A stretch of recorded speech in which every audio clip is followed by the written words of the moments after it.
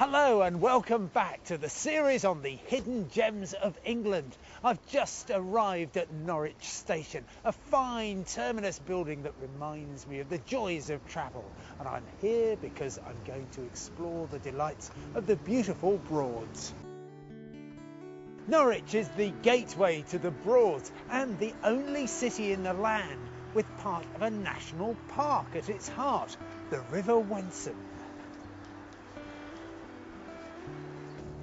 The river actually feeds into the southern Broads, and to explore it you can board a boat like this one, the Princess Elizabeth, right in the heart of the city. Morning!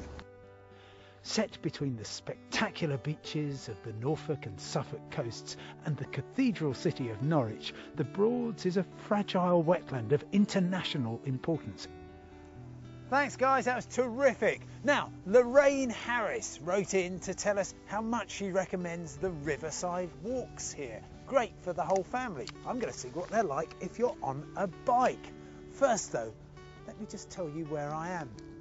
Whitlingham Country Park, location for a great new idea, the Story Post. The idea is you just dial the number here and find out all about the history and the nature of the place. Very simple. You sense the land and waterscapes have barely changed since the Broads were the setting for a couple of Arthur Ransom's children's adventure stories, Coot Club and the Big Six. Later on I'll be sailing a classic dinghy that wouldn't look out of place in his books. The Broads has long been a popular destination for boating holidays. There are top quality cruisers like this one, which offer all the latest comforts from home but are very easy to handle and are the best way to explore these unique lock-free waters. But these days the area offers a tranquil setting for day trips and all sorts of activities. My first stop today is here at St Helen's Church in Ranworth, known as the Cathedral of the Broads. There's been a church on this site for nearly a millennium, and the present building dates from the 15th century, as does this, the best preserved rood screen in the country, with incredibly ornate pictures of the disciples.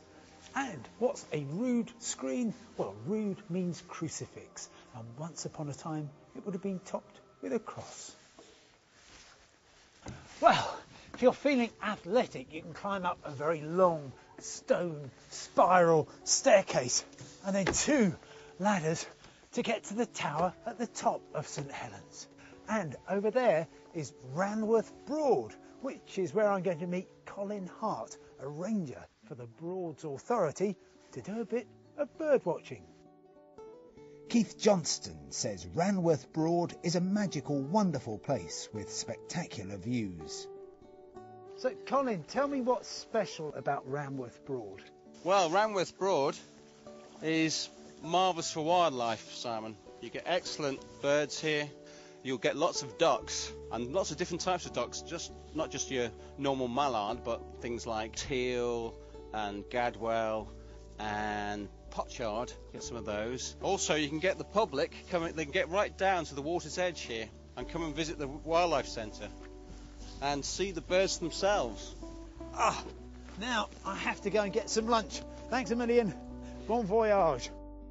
Helen Powell wrote in to recommend sampling some local produce at one of the Broads' many fine public houses. So I've come along to the Fur and Feather Inn, where good food is assured, and there's also an added attraction, an award-winning brewery. This is Woodford's, and here's the man who knows how to organise a party in a brewery and also how to organise a brewery tour. Bruce Ash.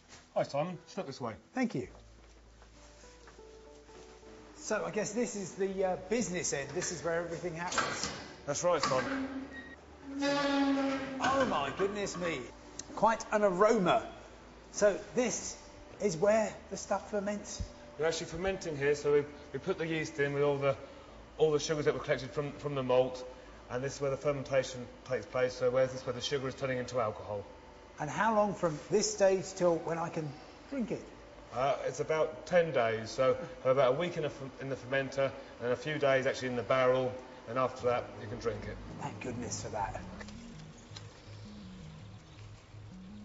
Just a short cycle ride from here is the village of Wroxham. which is effectively the capital of the Broads and where a sailing boat awaits my arrival. The Broads have an increasing number of great places to stay. Carol and Dale Taylor say the Broad House Hotel is incredible luxury at an affordable price.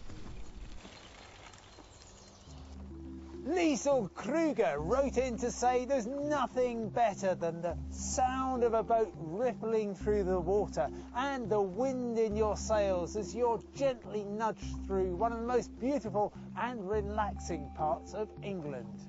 I'm lucky enough to be in the very good hands of a leading instructor, Matthew Thwaites, who's agreed to show me the ropes on it. Matthew, why are the Broads a good place to learn to sail? Well, I say if it's good enough for Nelson, it's got to be good enough for us. We're very lucky here to have an area of water which isn't affected by tides. You're never too far from the bank. It's nice and shallow. We've always got a fair breeze. I think all those points together add up to, well, I think very good sailing. To find out more about the Broads in Norfolk and Suffolk, visit enjoythebroads09.com. And for more ideas on where to go and what to enjoy in England, visit enjoyengland.com.